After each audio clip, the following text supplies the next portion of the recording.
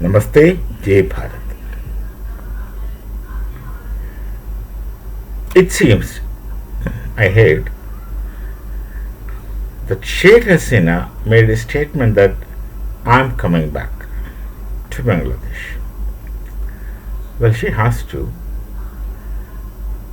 and this is going to be another game changer for Bangladesh. Because the situation in Bangladesh has gone beyond redemption. This man, Muhammad Yunus, is just not interested in anything other than his own seat, his own authority, and himself. Such a selfish person who has absolutely no regards for his nation, no regards for the welfare of the people in his nation. We have a namuna in Bharat regarding that. I'll speak about it next. He has absolutely no regard for the welfare of the people of Bangladesh. He doesn't care. He would take help from anyone and any devil. He would take help from any devil if he can remain in power. There's someone who's trying to come into power in Bharat, but this man has got it free, and he likes to remain in power. So he is going all over and doing all kinds of things absolutely insensibly without ever thinking about what might happen next time or next day. Their industries, the US has already put some good amount of tariff on them. The industry is already crumbling. The only thing which they used to export in large scale is the garment sector. And these garment sector needs power, which used to be supplied by Bharat. For a long time, our supply was cut off because they were unable to pay the pending bills of a private company which supplies electricity from Bharat to Bangladesh. It makes sense when Adani ji gives free things to his own nation, Bharat, or to Gujarat. But it doesn't make sense. He gives free to Bangladesh still.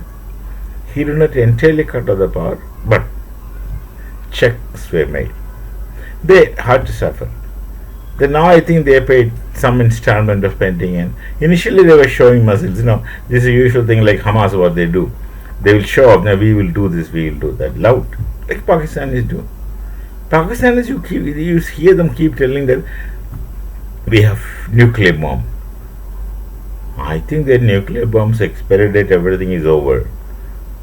They say, and we will do this, we will do that.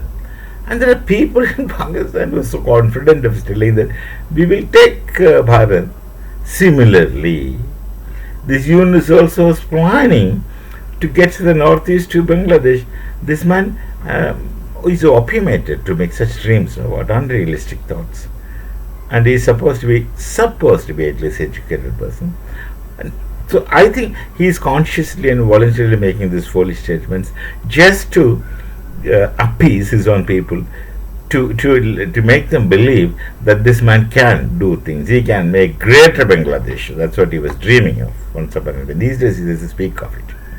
So the Francis Bacon, the political thinker, who wrote in his which book? Yeah, Noam Organon. He was telling a prince need not have any qualities which he is supposed to have. A prince need not have any qualities which he is supposed to have. A ruler must have these qualities, but he need not have. Then Bacon says that if one is a prince, he knows how to deceive people into believing that this man has all the qualities, but he doesn't have any qualities. He's a big fat fool, doesn't have any qualities, but he has this one quality, a princely quality, through which he makes people believe that he is great, he has such qualities. And this is what Muhammad Yunus is doing.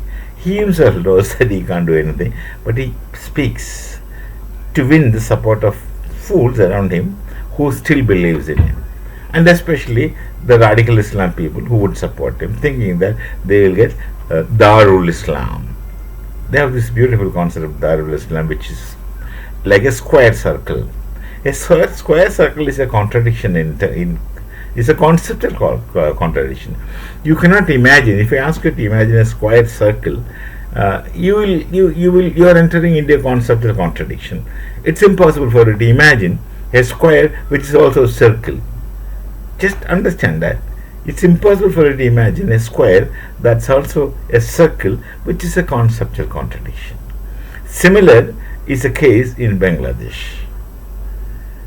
They are into such contradictions, and this man keeps speaking about big things, so he's going tomorrow to achieve it. He has no other way, and he has nothing to lose. That's important. He has nothing to lose. He has no tomorrows. He has only 2 days.